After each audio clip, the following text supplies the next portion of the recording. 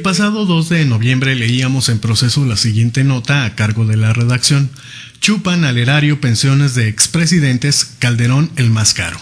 Este artículo se desprende de una investigación que el Reforma hizo, quien es el generador de los datos originales y que han sido retomados por diferentes diarios y revistas. La cuestión es que son datos muy interesantes en medio de un contexto de recesión económica y aumento de impuestos y gravámenes, esto es, en medio de una nueva crisis económica cuya respuesta del Estado mexicano ha sido imponer nuevos impuestos y aumentar los porcentajes a los que ya existían. En medio de esto, nos enteramos del derroche de recursos que tenemos los mexicanos a través de nuestros expresidentes.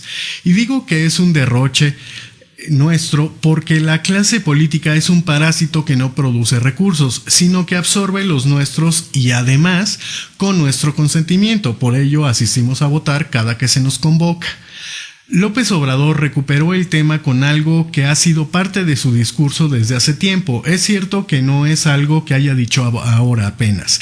Quizá aprovecha la coyuntura, pero el argumento es añejo, esto es, se pronuncia por la austeridad republicana, a la que llamara también Benito Juárez. ¿Por qué lo rescatamos aquí? Desde nuestra opinión, la austeridad republicana debe de existir siempre y no solo en tiempos de crisis, como también lo ha señalado López Obrador. Pero aquí nos interesa enfocarnos más que en la austeridad, en las justificaciones de este gasto público. Así, la pregunta es, ¿cuál es el argumento o argumentos que se supone justifican este gasto? Los rubros que se manejan en la nota son 3. 1, la pensión vitalicia. 2, seguridad a través del Estado Mayor. Y 3, apoyos administrativos. Para el rubro de pensión vitalicia, señala la nota, este año se asignaron 10.97 millones de pesos distribuidos asimétricamente entre Felipe Calderón, Vicente Fox, Ernesto Zedillo, Carlos Salinas y Luis Echeverría. Aunque se aclara que a este rubro Salinas y Zedillo renunciaron, curiosamente los que llevaron a cabo cerca del 70 u 80% de las privatizaciones en México, desde que se diera la reforma del Estado de 1982, y el mismo par de personajes responsables del famoso efecto tequila, de una de las grandes e históricas crisis en México y que sacudieron incluso a la economía mundial. La cuestión es que renunciaron a su pensión, no creemos que sea por culpa, pero por alguna razón lo hicieron. Después de la nota revela que para el rubro de apoyos administrativos se destinaron este año 29.77 millones de pesos y ya sobre el gasto en materia de seguridad no lo dan, pero bueno, es cuestión de echarle imaginación y será otro tanto de millones de pesos, incluso más que lo que le corresponde a los apoyos administrativos, pues se trata de la seguridad. La nota avanza y desglosa el gasto de tal modo que Calderón es el más caro y Zedillo el más barato, si se puede decir así. Que si en las nóminas están los familiares, que si los apoyos de Fox están ocupados en el negocio de la familia, en fin, que son recursos inyectados para el bienestar de las familias de cada expresidente. Naturalmente se trata de gastos que no se pueden justificar de ninguna manera en un orden democrático si lo hubiera, ya que en una nota de antecedente con fecha del 11 de septiembre de 2012, también de Proceso, se hablaba de que en América Latina ningún sistema era tan generoso y agregamos nosotros tan oneroso. Pero ¿cuáles son los argumentos que nos imaginamos que la clase política tendría para este robo a la nación? La pensión vitalicia puede ser 1, porque la presidencia es el techo, no hay cargo de mayor atribución en un sistema presidencialista. Es como decir que ese político está casi obligado al retiro. Y 2, seamos un poco románticos, porque con abnegación y alto sentido de la responsabilidad sirvieron a la patria.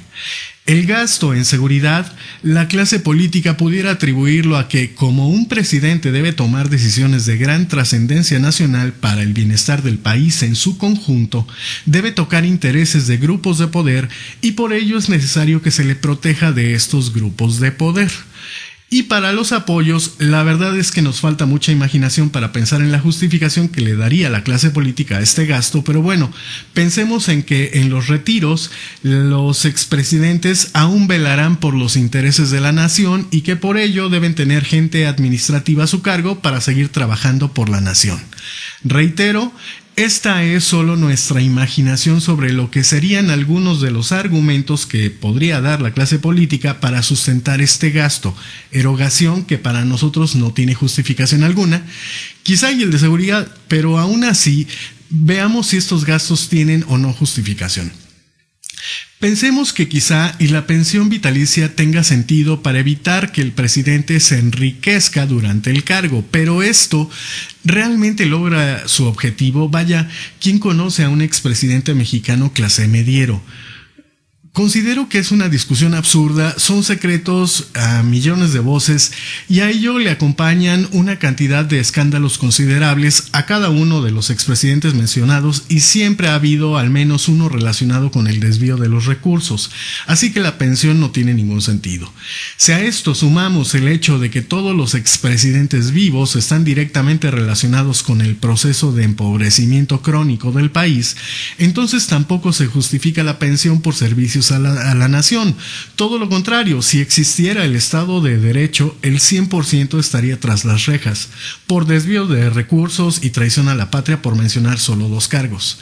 En lo que toca a los gastos en seguridad y derivado de lo anterior, por supuesto que deben estar protegidos, porque ninguno puede salir a la calle como un ciudadano común, porque sería linchado, y no por grupos de poder a los que les tocaron los intereses, ya que estos grupos están enteramente complacidos con las gestiones correspondientes a cada uno de estos expresidentes. Pero con el pueblo mexicano sucede lo contrario, los lincharían y todos estarían o al menos exiliados. Por ello, se entiende este gasto, pero no se justifica. Vaya, si no tienen legitimación alguna es porque se generaron estos odios y resentimientos sociales por su paso en el poder, por lo que hicieron, y que, como se trata de la misma élite, aunque haya estado el PAN 12 años en el poder, no han tenido que pasar por el juicio correspondiente. Recordemos que Salinas pudo volver con libertad a México solo cuando regresó el PRI a Los Pinos. Antes de esto entraba al país a hurtadillas, y este repudio fue exhibido hasta en programas de comedia de Televisa y TV Azteca, así que no es una invención.